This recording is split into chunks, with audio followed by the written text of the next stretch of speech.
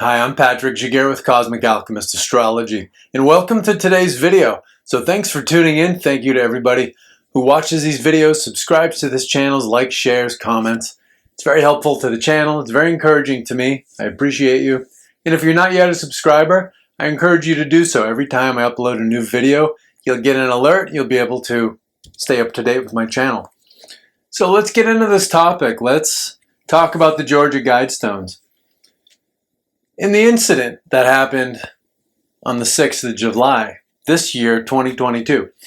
So this is pretty interesting. The Georgia Guidestones, it's one of these mysterious monuments that has some sinister implications around it, and there's not a very good explanation for who built it and why. So we've seen things like this before. One that's probably familiar to everyone in my audience is the Denver International Airport. A lot of creepy things going on there. You've got the giant blue horse with the red eyes. Not a great explanation for this. People say, well, it's the mascot, it's the Denver Broncos. I doubt that very much. And actually, if you go into kind of Irish mythology, Irish lore, you have something called a puka. So it's basically a horse rearing on its hind legs with kind of a furious look, and it's basically our harbinger of kind of calamities to come. So then you get into the Denver International Airport itself, and you have these really disturbing murals in some cases. So you have murals depicting things like mass extinction of animals, and cities burning, and like a world war. And there's even a mural with a guy who's wearing kind of a Soviet uniform, and he's wearing a gas mask, and he's got an AK-47 and a big scimitar, one of those curved sort of Arabic swords. So it's all pretty creepy. And then the final mural depicts this sort of future utopia where it's a big kumbaya. Everybody's melting down and reshaping the swords into plowshares, into plows to plant crops. So it's one of these typical kind of New World Order, compassionate, totalitarian works of art, commissioned by those sorts of people. I would say it's kind of misanthropic, so sort of antagonistic to humanity to just depict things like this. Certainly, we have to be aware of our actions and the consequences of them, not to be destructive to ourselves, each other, and to the earth, but to sort of enshrine, the destruction, the extinction, the death. It's pretty morbid. So we ask, who would build something like this? Well, there's a plaque in the Denver International Airport near these murals, and it's a dedication plaque for the airport. And it has a Masonic square and compass with the letter G, the very typical Masonic symbol. The names of the worshipful master of the Grand Lodge of Colorado is on there, and also the head of the Prince Hall Lodge. So Prince Hall Freemasonry is exclusively African American. So you've got both these people here.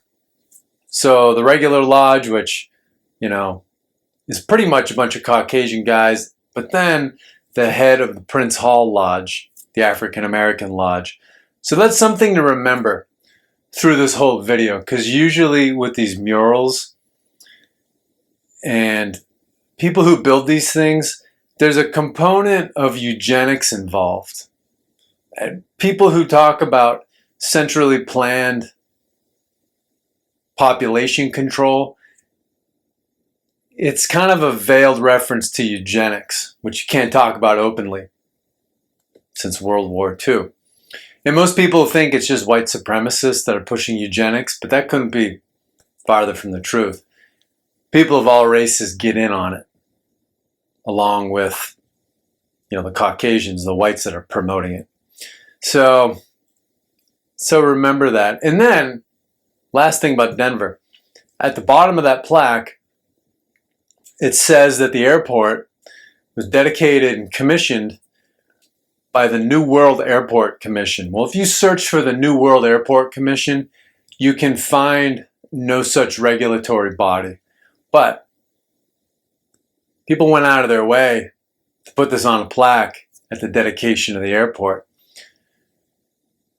So either this is a hidden regulatory body, which most of us don't know how to find, or it's a conspiracy theory etched in stone. If you think it's a conspiracy theory, you're a little behind the ball, because there's a lot of hidden power in this world. So enough about the Denver airport. Most of you have probably looked into this. Let's get into the Georgia Guidestones. Really strange and unexplained monument. It's been called America's Stonehenge. So you basically have 4 upright granite panels. They were about close to 20 feet high in a cross pattern with a central panel at the cross point, and then a capstone over the middle where all these stones sort of come together. And so this monument has been described as a calendar, a clock, a time capsule, and basically a monument to conservation and environmentalism. And we really don't know who built this. So in 1979, a man using a pseudonym, a fake name, calling himself R.C. Christian, approached the Elbert County Granite Company. So this monument is in Elbert County, Georgia. Elbert County, kind of getting near the foothills of the Appalachians, not quite in them, but heading in that direction. So it's about midway between the Savannah River and Athens, Georgia. So the Savannah River marks the border between South Carolina and Georgia. So not far away you have like Clemson, South Carolina, Greenville, South Carolina, Seneca, South Carolina, if you're at all familiar with that part of the United States. So pretty rural, kind of remote, kind of in the rolling hills there in Georgia. So that's where Elbert County is. So anyway, this R.C. Christian, this guy using this fake name, R.C. Christian, approached the Elbert County Granite Company, told them he wanted this monument built. They needed to find the granite, shape the granite, chisel the messages into it, which we'll get in later. So at first, they kind of thought he was a crank, and the owner of the company commented that he inflated the quote just to kind of get the guy out of his hair. But he gladly paid the money. He paid over $100,000 for this. Most likely, it would be much more expensive today, probably pushing $500,000. So a big job. So this R.C. Christian said he was representing a small group of loyal Americans who seek the age of reason. So that can mean a lot of things to a lot of people. What's this age of reason? Not necessarily sinister, inherently, just because somebody's seeking an age of reason. So let's look into the messages that were on this plaque. I don't want to go too deep into these messages because that could be a whole video in itself. I don't want to take a ton of time. But anyway, on the 4 sort of cross panels that form the cross, those 4 upright tablets, in 8 modern languages, so English, Arabic, Chinese, Hebrew, Hindi, Russian, Spanish, and Swahili, they wrote 10 messages, 10 principles that were meant to guide humanity into the future. And you have to understand sort of what was going on in 1979 and 1980 when these were built. So that time period was kind of one of the heights of the Cold War. So the Cold War was that period of contention after World War II. So about 1945 until I think it was 91 when the Soviet Union fell. So it was about 45, 46 years. where the West, led by the United States, was locked in a struggle with the Soviet Union for control of resources. Ideology was involved, but it was mostly a resource war. Basically, the Soviets and the Chinese didn't want to play second fiddle to the US and Britain, who only fought about 5 or 10% of the war, and who established an economic world order that made the US dollar not just the premier currency, but the medium of exchange for all world trade. And so basically everybody had to buy US dollars in order to conduct international trade. The Soviets and the Chinese didn't want to go along with this because they fought 90 to 95% of the war. They didn't want to basically be subservient to the US and Britain, to their financial system, after doing all the heavy lifting in World War II. So you had this struggle go on for 45 years. And it got very intense. At times it looked like a large conventional war and or nuclear war was going to break out.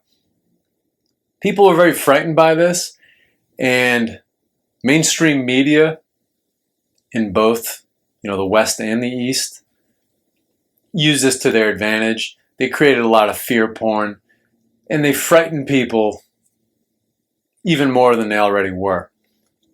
So it was a shit show over time.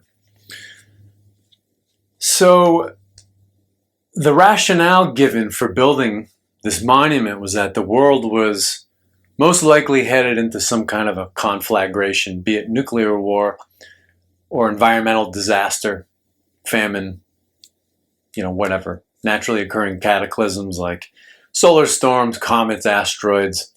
The idea was to build this monument and preserve some guiding principles for humanity. So in these 8 modern languages, on these 4 stones, they basically created their own 10 commandments. And you look at this right off the bat, it's pretty pompous. It's pretty pompous and arrogant to issue your own set of 10 commandments. But it's like how here in America, members of Congress like to call themselves lawmakers. So they want to sound like, Moses the lawgiver in the Bible. It's very pretentious. So it's pretty pretentious to roll out your own set of 10 commandments and enshrine them in a monument and think that you know exactly what it is that humanity needs. Even though when you go through these principles, there's nothing evil or sinister or bad about them. But the sinister implications come in, well, basically through the first one, the first message, which I'm going to get into. But then there's the idea of who's going to enforce this and who's going to be the arbiter in whether or not these principles are, one, valid for all of humanity, and who's going to enforce humanity following them. Those are the real questions here. Let's go through these newfangled 10 commandments really quickly. So number 1, this is the one that gets everybody's attention and gets people basically throwing the Satanism flag or the Luciferianism flag. So number 1, maintain humanity under 500 million in perpetual balance with nature. At this point, if you had to maintain the human population of 500 million, 7.5 billion people would need to go. So who is it that's qualified to decide who goes and who stays? Pretty creepy. All right. So then, number 2, guide reproduction wisely, improving fitness and diversity. Sound concept, but who's going to enforce that and how? But that can go dark too if you get into things like forced sterilizations, by governments and all that. So, this whole idea can go sideways pretty quickly. Number 3, unite humanity with a living new language. This smacks of the Tower of Babylon story, which, if you're not familiar with the Tower of Babylon, it's a story from Genesis, and the book of Genesis was plagiarized from older Babylonian, Sumerian, and Assyrian books. which went into much more detail. So basically, the Tower of Babel story is that humanity builds this tower to heaven, and the gods get threatened. Even in the Hebrew, when they're talking about Elohim, they're talking about the gods. They're not talking about, the one God in heaven, the big daddy that lives up on a cloud. They're not talking about one of his, dozens of names that he might use at any given time or be called at any given time. Elohim is a Hebrew word. It's feminine and it's plural. So it's talking about the gods. Some languages, when the words use when the nouns use genders, when you go plural, some go masculine, some go feminine. So Hebrew, to my knowledge, goes feminine. So they're talking about a group of gods. And this group of gods is not just in the older Babylonian, Sumerian, and Assyrian books, but even in the book of Genesis, they say, let us go down there and confuse their language, because this society this empire that was building this Tower of Babel, united the earth under one culture, one language, one religion, one government. So it was a one world order in very ancient times. And the gods, whoever they were really, they knew that it was in their best interest to sidetrack these people and to stop the construction of this so-called tower reaching to heaven. Whatever that is, there's a lot of theories about that. So yeah, unite humanity with a new living language. This has already happened. American television and movies are everywhere. And you can meet people from, young people, especially 30, 35 and under, from Eastern Europe, Africa, Middle East, Asia. They speak really good, proficient English just from watching American TV shows and movies. So, yeah, the world is already under one language. 4, rule passion, faith, tradition, and all things with tempered reason. Not too bad on the face of it, but what does that really mean, and how does it get executed, and who enforces it? 5, protect people and nations with fair laws and just courts. Sounds good on the face of it, but define fair and just. Because we have a Department of Justice right now in America. It doesn't do a whole lot in the way of justice. 6, let all nations rule internally, resolving external disputes in a world court. So it is promoting supranational, extranational organizations that have authority over laws of the land. So, why can't countries just figure things out for themselves? 7, avoid petty laws and useless officials. Sounds good, but define me petty and useless. 8, balance personal rights with social duties. I like that one. The Bill of Rights in the U.S. Constitution was actually inspired by the culture of the Iroquois Confederacy. So if you don't know who the Iroquois were, the Iroquois was a confederacy of American Indian tribes in upstate New York. They're still around. They have their reservations and their lands up there. They had something very similar to a Bill of Rights, but they also had a Bill of Responsibilities to counterbalance it. And one thing we see in the Western world, people often abuse what they consider their rights to be. So a lot of despicable, exploitative people will hide behind their rights. So you do need to balance rights with responsibility. 9, prize truth, beauty, love, seeking harmony with the infinite. Sounds pretty good, but what does that mean? How's it going to be executed? Who's going to enforce it and how? 10, be not a cancer on the earth. Leave room for nature. Leave room for nature. It's emphasized. Leave room for nature. It's written twice. So, on the face of it, I like that. Be not a cancer on the earth. Leave room for nature. But then who decides who and what is a cancer, and how do they deal with it? How do they cut it out of the body of nature? So, you can go either way with some of this stuff, but it all comes down to they're not really defining their terms, and they're not saying how they intend to execute this and to enforce it. And then on the capstone, there was a message written in 4 ancient languages. So the ancient languages were Babylonian cuneiform, Classical Greek, Egyptian, and Sanskrit. And that message says basically, these are the stones that show the way to the age of reason. Well, could be good, but this age of reason is very ill-defined. They're not saying what it is, what it looks like, and how is it enforced. So another interesting thing about these newfangled 10 Commandments on these stones, these Georgia guide stones, is that with the implications of eugenics and controlled reproduction and a centralized one world order, it gets my mind going about all of these elite, wealthy environmentalists who are basically eco-terrorists, and they're basically misanthropes. They really have a very dim view of humanity, and they're willing to do what it takes in order to execute their version of saving the earth. So it's like Bill Gates at the Aspen Fest when he gives these really contrary statements that induce a lot of cognitive dissonance. So it's like when he says, well, if we are really good with our vaccine programs, we can save lives by reducing world population. So if you're really listening, you're kind of like, wait, what? Most people will just sort of, their perception filters will just kind of gloss over that, and they'll go, oh, he's such a nice man. He cares about the earth so much.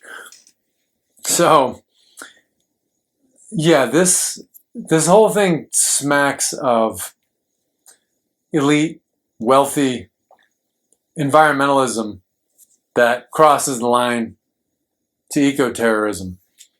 And this is interesting when you look at Earth Day.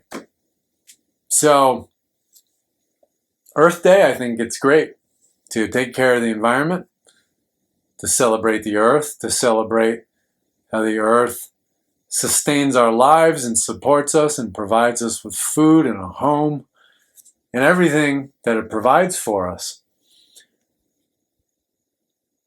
So I think in the environmental movement, the average people, just the people who go to work every day and who don't have billions of dollars or trust funds or, and who don't have power on the world stage, they're good people. They're extremely well-intentioned. But there's some interesting things surrounding the timing of it and the origin of it. So April 22nd is Earth Day. Now this is also the birthday of Vladimir Lenin, who was the first leader of the Soviet Union. And under his leadership, tens of millions of people died. We don't really know how many. It wasn't as much as communist China when Mao took over, which could be 100 million. But when you're counting the death toll in tens of millions, it's like you've made your point, and it's not really a difference, who killed more. And so some people try to say, well, Lenin was a good guy, but it was the people he was surrounded by who were evil. And when Lenin was in power, Stalin was like his henchman, like his right-hand man, who got rid of people for him, who killed people for him, who didn't personally kill them, but he was the one who saw to it and coordinated it. So, yeah, if Stalin's your sidekick, you're not a good guy. I don't think it's a coincidence that Earth Day and Lenin's birthday were on the same day. Because during the 1960s, the hardcore environmentalists concluded that the only way to protect the environment and to save the earth was by implementing a totalitarian communist socialist system. They didn't use the words totalitarian and communism, but they used this veiled cover word of socialism. Socialism is a cover word for communism. It's a soft version of the term. It's a euphemism. A euphemism is basically when you blow smoke up someone's ass and you use a word that is not a strong trigger, as another one may be, that is sort of synonymous. So in the 1960s, the hardcore environmentalists concluded that only a socialist, centrally planned system that dictated every aspect of people's lives and told them how to do everything. They concluded that only such a system would save the earth and save the environment. And of course, they blamed capitalism for all of the environmental problems. But like I always tell people, we haven't had capitalism in over 100 years, ever since the foundation of the Federal Reserve System, here in the United States anyway. I think in the world, in the Western world, we probably haven't had capitalism since the foundation of the Bank of England in the 1600s. Because what these central banks do is they create monopolies, they facilitate monopolies, and they facilitate corporate welfare. So the government makes laws that protect the monopolies. So people blame capitalism for the environmental problems or other things. Well, we haven't had capitalism in a long time. But the definitions of words are always being obscured and twisted to keep people confused. But yeah, to me, it's no accident that Lenin's birthday and Earth Day are the same day. And it's kind of interesting too with 420. So 420 is like the weed smoking, holiday. And 420 is Hitler's birthday. So I think the people who set these holidays are kind of covering history. They use these distractions to cover history. So it's interesting that Hitler's birthday is 420. I think marijuana should be legal, but I also think it dumbs people down and it distracts people. It makes people docile and controllable. So if I were part of the global elite, I would definitely want to hide the birthdays of these people, but also give the legacies of people like Hitler and Stalin, Stalin too, but Hitler and Lenin, who killed millions of people. If I were a member of the global elite, I would want to empower their legacy in a very sneaky way. So yeah, I think it's no accident that these two holidays right near each other, 420 and an Earth Day, are on the birthdays of genocidal authoritarian leaders. And it's interesting too, in the 60s, again, the environmental movement said we need a socialist system to save the earth and the environment.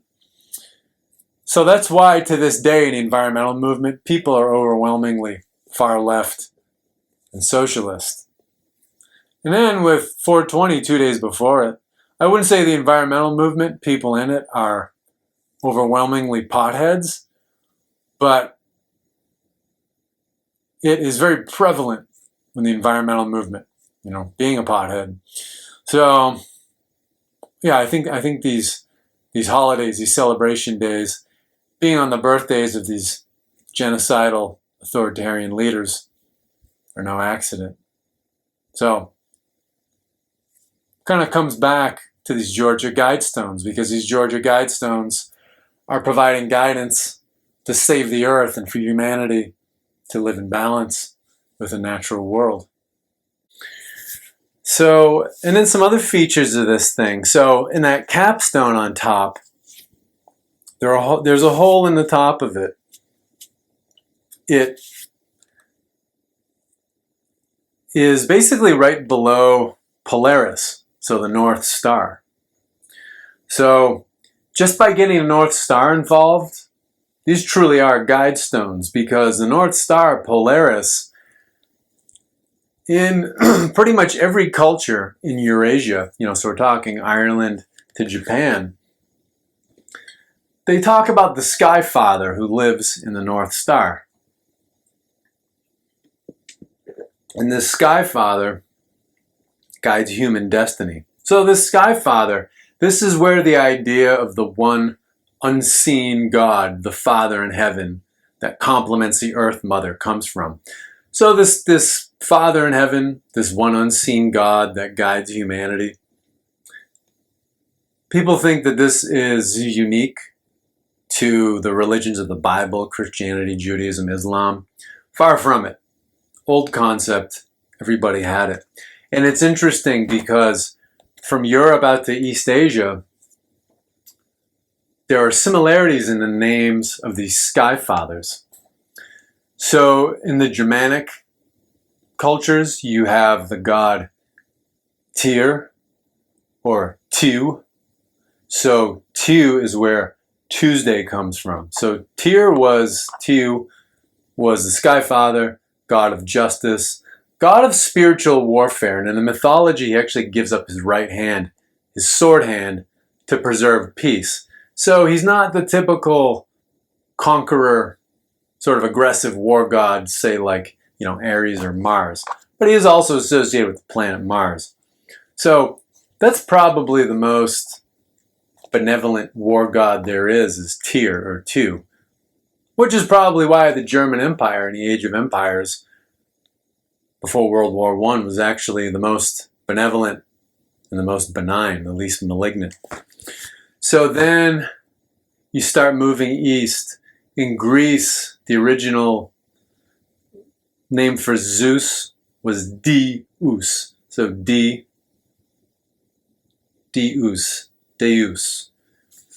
And then in Latin, you've got Deus Pater, became Jupiter. So Sky Father in Latin. And then, you kind of jump out to China.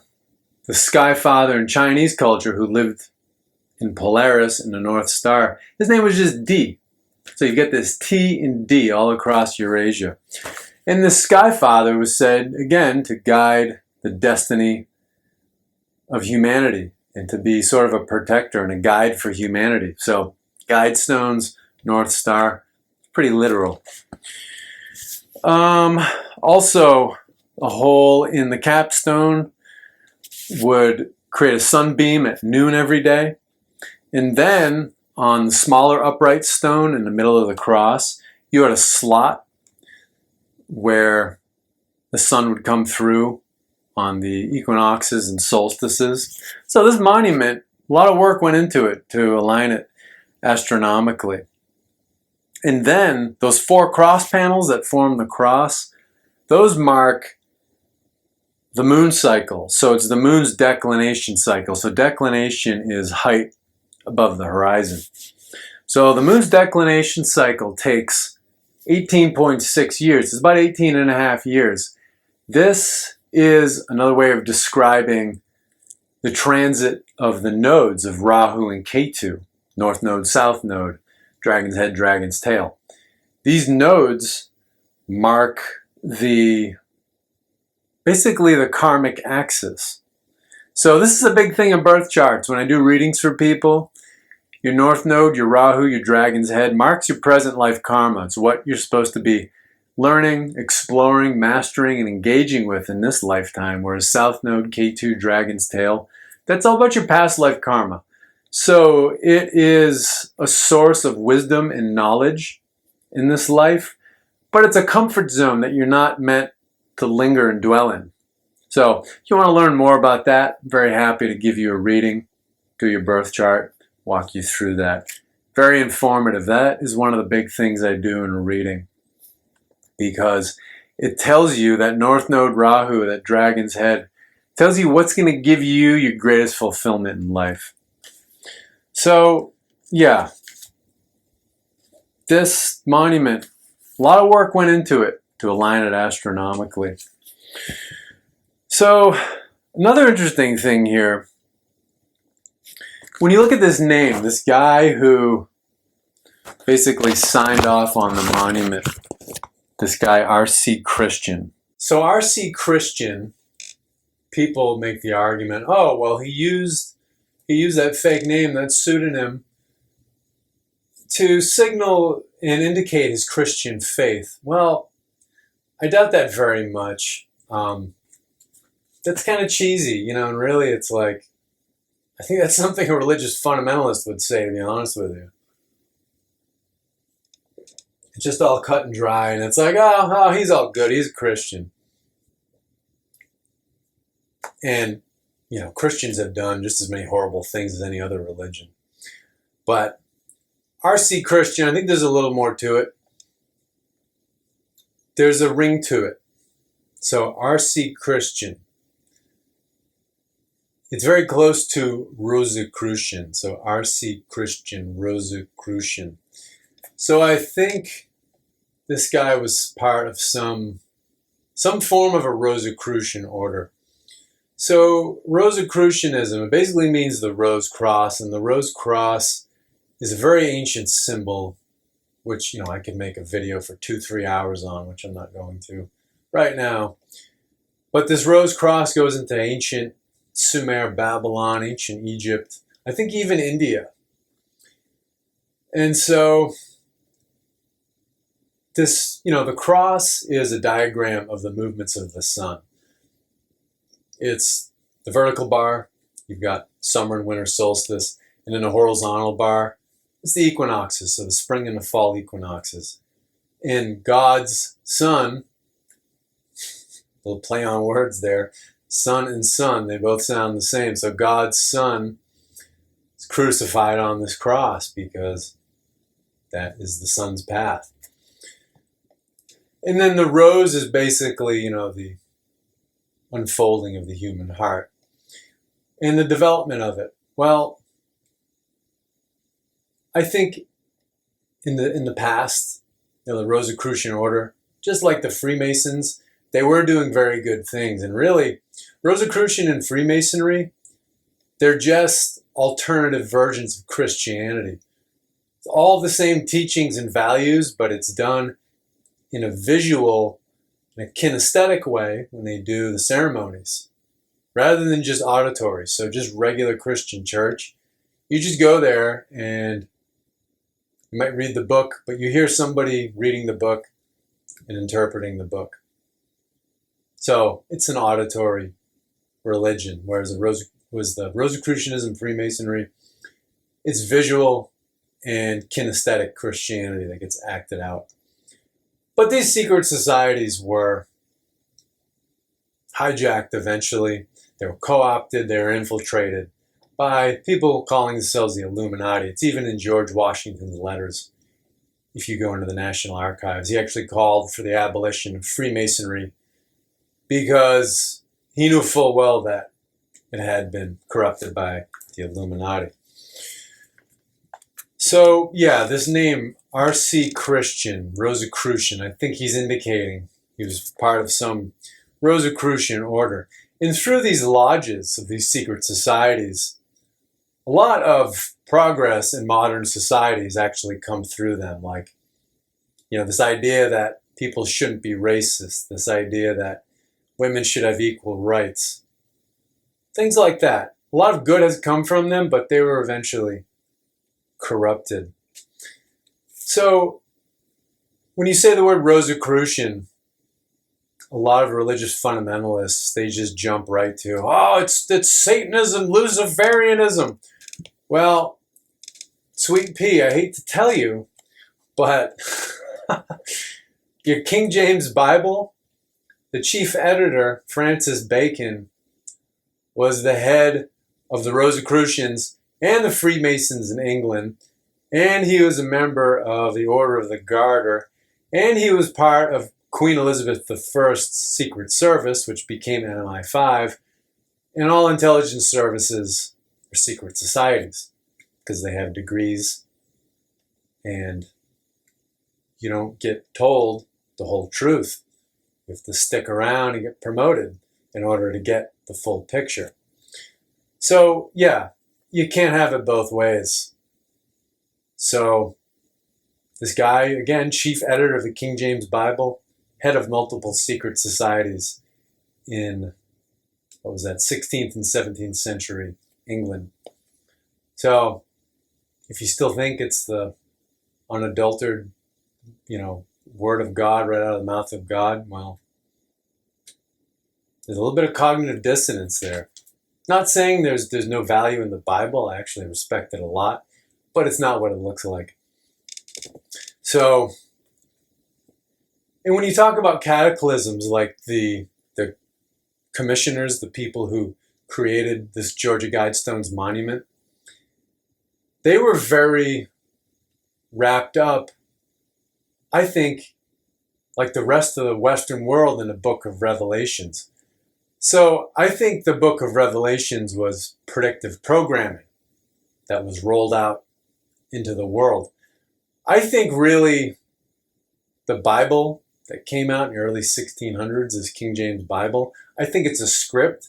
People say that it stands up like no other book as a book of prophecy. Well, it's a script because the English, the British Empire that commissioned the King James Bible, they had something called the British Israel movement. So it was a Zionist movement. And they were meddling in the background with basically taking the Holy Land, so-called Holy Land, I don't consider it to be, but the so-called Holy Land from the people living there and establishing this Masonic Jewish state of Israel. So it's old. So the whole Zionist movement goes back to Britain. So in the 1600s. So I think that the Bible as we know it is a script.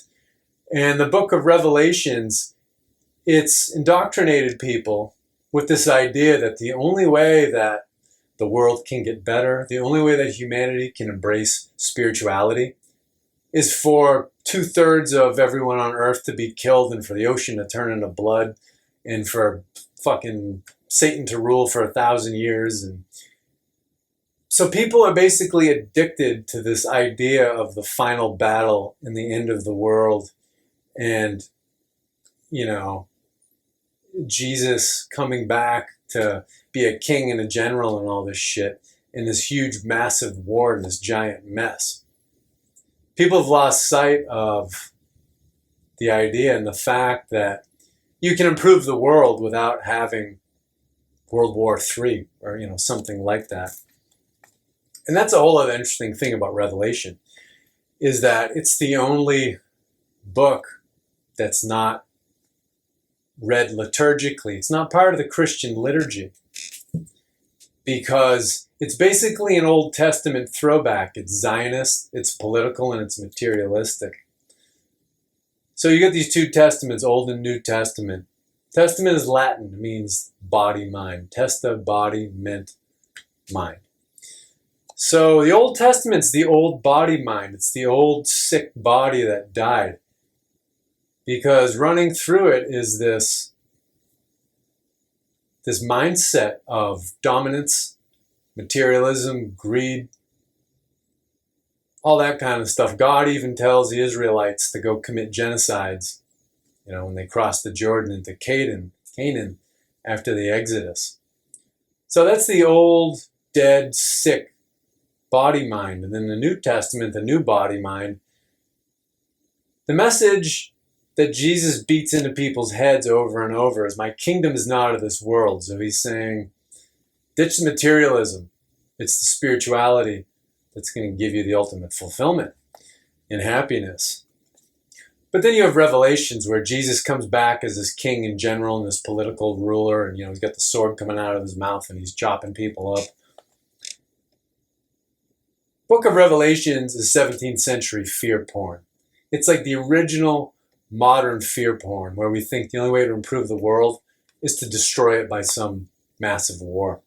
So it's pretty ridiculous in my opinion. And the other thing too is that you've got 22 chapters in Revelation. You've got 22 trump cards in the tarot.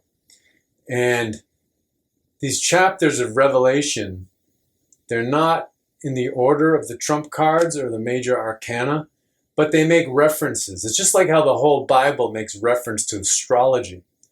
I call it the big book of astrology. There's nothing wrong with that. I think astrology teaches us about the divine, and it teaches us moral and ethical lessons. So yeah, Book of Revelations, every chapter pertains to a trump card in the tarot, but they're out of order. They don't go in sequential order. So it's pretty interesting. So again, Francis Bacon, chief editor of the King James Bible, head Freemason in England, head Rosicrucian, Order of the Garter, MI5, so many other secret societies he was part of. You bet your ass he knew about the tarot. So the tarot comes in with this whole Georgia Guidestones incident. And so if you didn't see the news on July 6th, in the wee hours of the morning, one of the giant granite slabs that formed the cross pattern, so one of the four big uprights, basically exploded in the middle of the night. And residents were local residents were quoted as saying that they heard an explosion around 3, 4 in the morning. So then the Georgia Bureau of Investigation, kind of the investigative arm of the state police, they went out there with the bomb squad, did their forensic thing. Probably didn't find a whole lot. They haven't said that they did. And later that day, there was a wrecking crew there, with the bulldozer and a backhoe, knocking the stones over. So they're shattered. The monument's gone. And they said it was, it was for safety reasons. Probably a lot more to this. So it's a very interesting symbol, watching this come down. It's kind of like when the Twin Towers came down on 9/11. In the Twin Towers, it's like the High Priestess card in the tarot, where you've got these twin towers. You've got North Tower and South Tower, Tower of Dark, Tower of Light, the Yin Tower and the Yang Tower. Every Masonic lodge has a North and a South Tower. And in New York City, they were called the North and the South Tower. When these were brought down, they weren't brought down by Islamic terrorists. There was a lot more to it. I think those airliners that hit them were actually drones that looked like airliners based on the way they flew. And then I think there was definitely some plastic explosive, in my opinion, and some scalar weapons that helped turn the building to dust. So that's a whole other subject. But having two towers come down, that to me was an omen. It was a sign that this whole New World Order, which the United States was used as the muscle to build this worldwide financial and commercial and cultural empire, it was a sign that it was coming down. So these Georgia Guidestones, in my opinion, are a sign that the New World Order is seriously failing. It's taking a big shit, and it's shitting the bed. It's coming apart. It's getting ready to fall. So that's cause for celebration. I didn't examine it. I don't know what brought those down. Some people say it was a set of explosives, but if you're going to put explosives on one panel, why wouldn't you just put them on all four panels? That's kind of weird. But then again, maybe it was a homemade explosive, a homemade shape charge, and they only had enough explosives for one. Well, that could very well be. I saw an explanation, though, another theory that giant granite slab basically exploded from a lightning strike, and there was weather that night into that morning on July 6th. So that's possible. Lightning actually has been known to split stones if it hits it in quite the right way. So that's very possible. So it's something I've seen online, again with the religious fundamentalists, where when people are saying it was brought down by a lightning strike, that a lightning strike made this 20-foot granite slab explode, people are basically saying, it was a lightning bolt from the right hand of Christ Jesus, and all that kind of thing. Well, I think it is a sign from the divine, but, the divine uses agents in the human world and in the natural world to do what it wants to do, basically. And so this opens up some interesting ideas, because I think you can have a deliberate lightning strike. I think Raytheon probably built something for Department of Defense or CIA that hurls lightning bolts, whether it's something mounted on a satellite, mounted on a conventional aircraft, or a scalar weapon, an energy weapon. Because scientists and engineers who've worked on HAARP, so the High Altitude Auroral Research Project in Alaska, have said that you can actually direct where that energy goes. And if that energy was to, say, be directed at something like a fault line, you could destabilize it and cause an earthquake. So these are the people who've worked for DOD, who've said that this is possible. I've also heard from people who work for Raytheon that they maintain a more advanced version of HAARP in Antarctica. And on December 26th, 2004, the day of Boxing Day tsunami, which hit the Indian Ocean and really clobbered Indonesia on the island of Sumatra to the tune of like 250,000 killed. People from Raytheon that I've met or that I've seen, videos of as well, they say that this array down in Antarctica that's very similar to HAARP, but newer and more advanced, was on that day. And they say that there was also a ship in the Southwest Pacific that had a similar array on it, and it was linked to the site in Antarctica. And they say that that energy was directed to that fault line off the coast of Sumatra in Indonesia, and most likely caused that earthquake, which triggered the tsunami.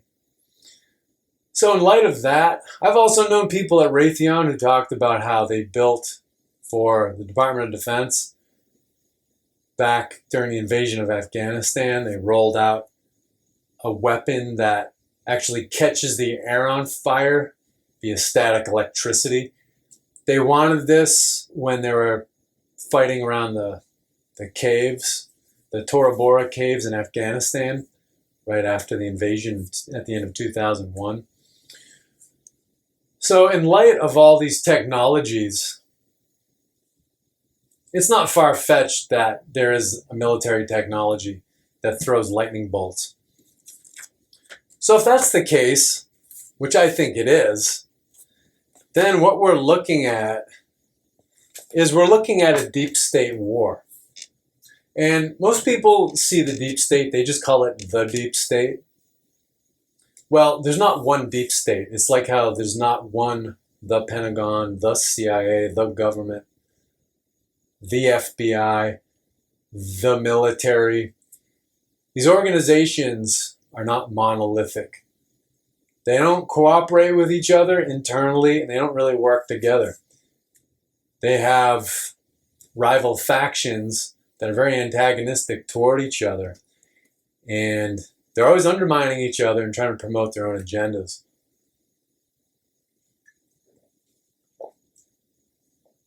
Even rival generals in, say, the U.S. Army do very antagonistic things to each other, and their staffs will actually fight with each other. I had a friend whose dad was CIA back in the 60s, 70s, and 80s. And he was even saying that he worked for General Westmoreland during Vietnam. And Westmoreland was the head general in the U.S. Armed Forces in Vietnam.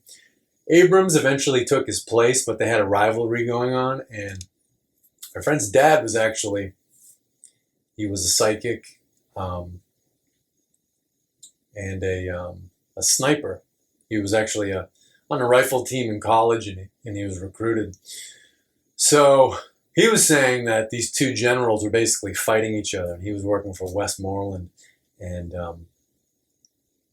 members of both of the general staffs met unfortunate accidents because of this rivalry. So that's a whole other subject. So the point is these organizations, there's a lot of internal infighting.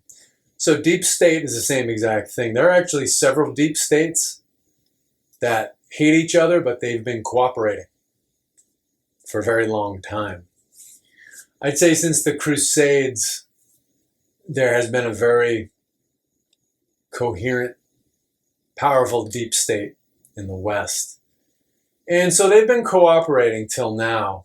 I think recently, though, when some of these factions, when they figured out that sort of the overlord faction of the deep state wanted to use their children and grandchildren as medical experiments and give them,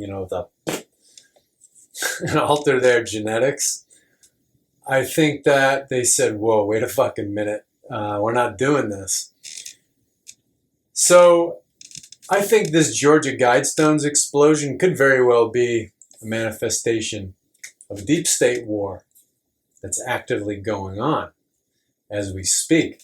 And I think what's going on in the world right now is the hardcore New World Order faction that's tied to,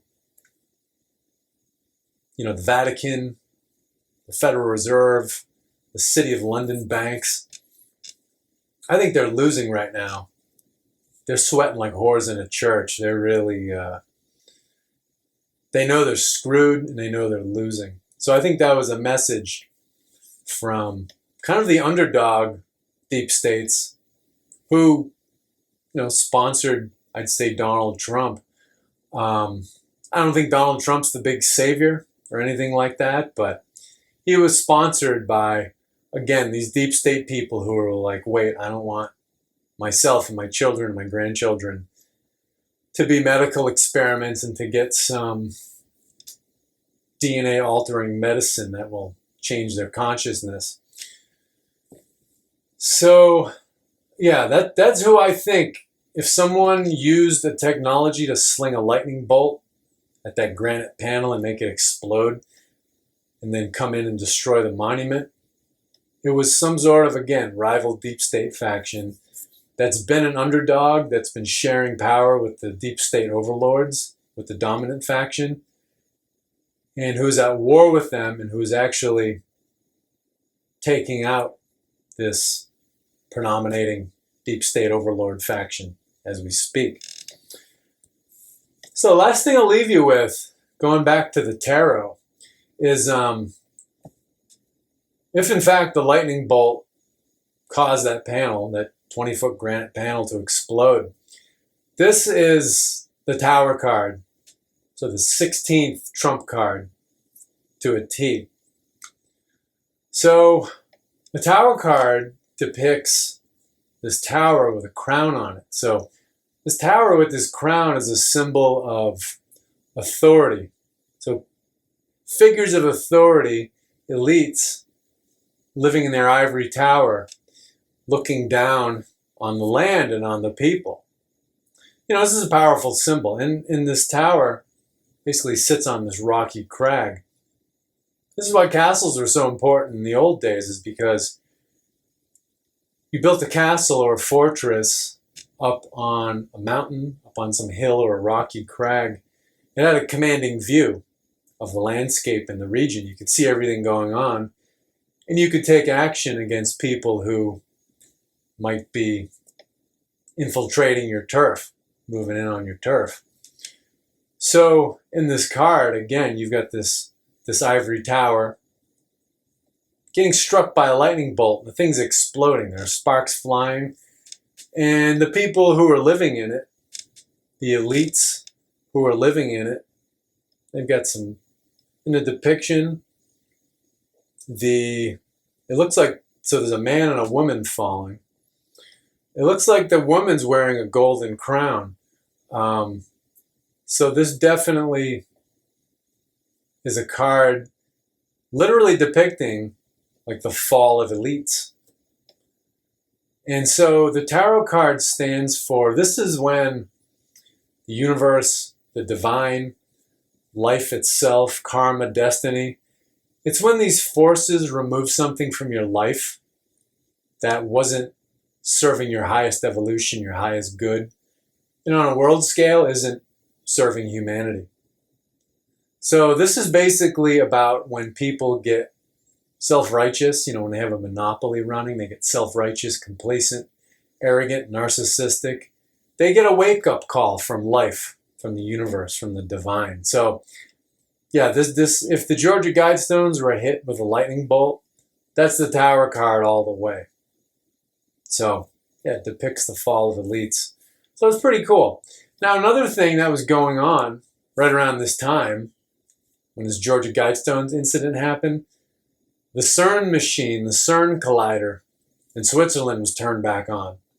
So if you're not familiar with that, the CERN collider is basically a particle accelerator. It is at one of the kind of best funded, most advanced, and most prestigious scientific laboratories in the entire world. It's in Switzerland. It's in the Alps. It's on the French-Swiss border.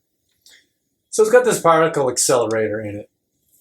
And probably not the only one of its kind, but the only of its kind that we know about, that is known in the overworld that we live in.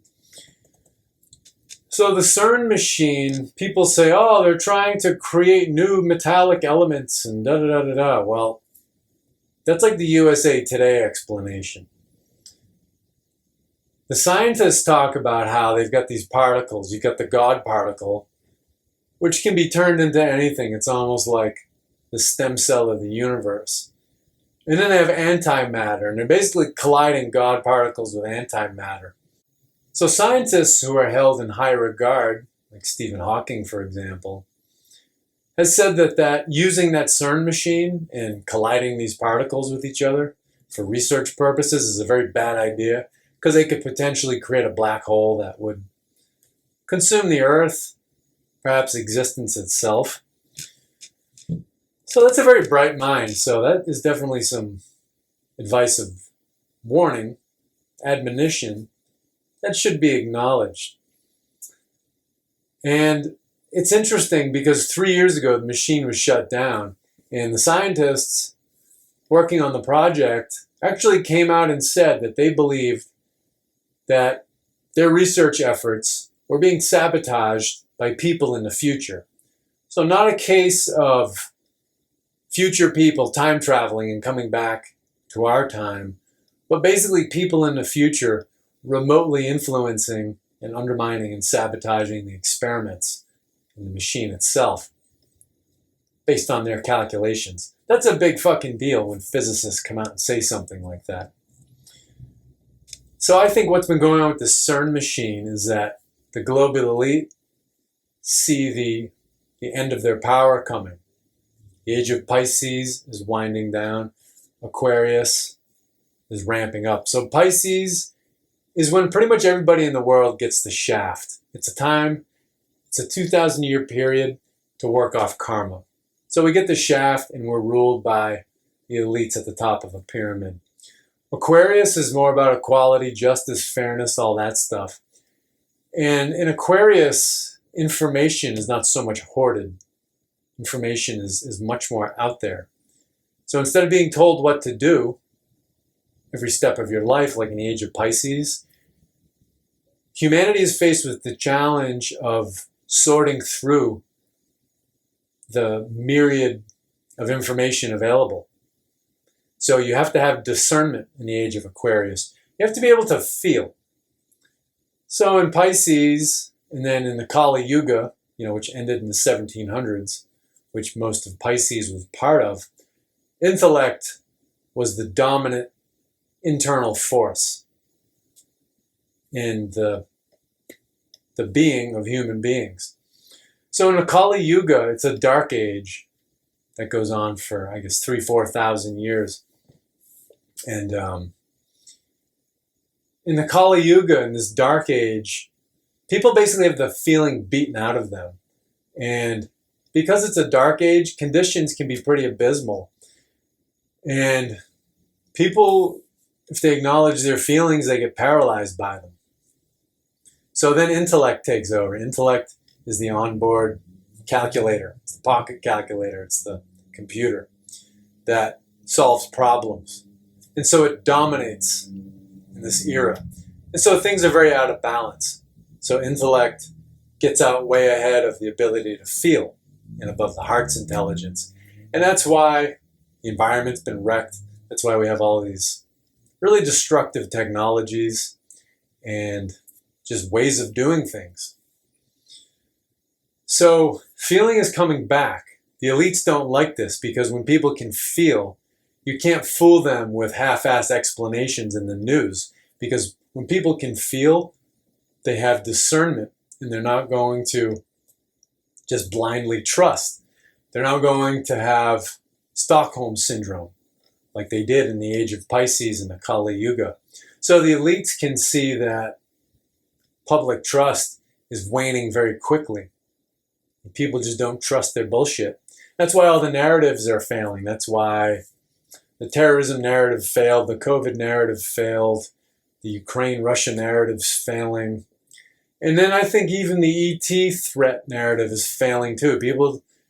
Many people just don't believe the bullshit they're saying. I think 30% of the population always believes the mainstream narrative.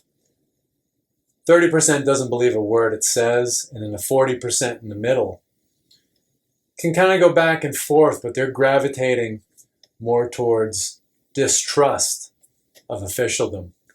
So yeah, Tower card, very appropriate. So I think that's it. I'm going to leave it about there. That's about an hour. That's a longer one, but thanks for tuning in, and I'll talk to you later. Have a nice one.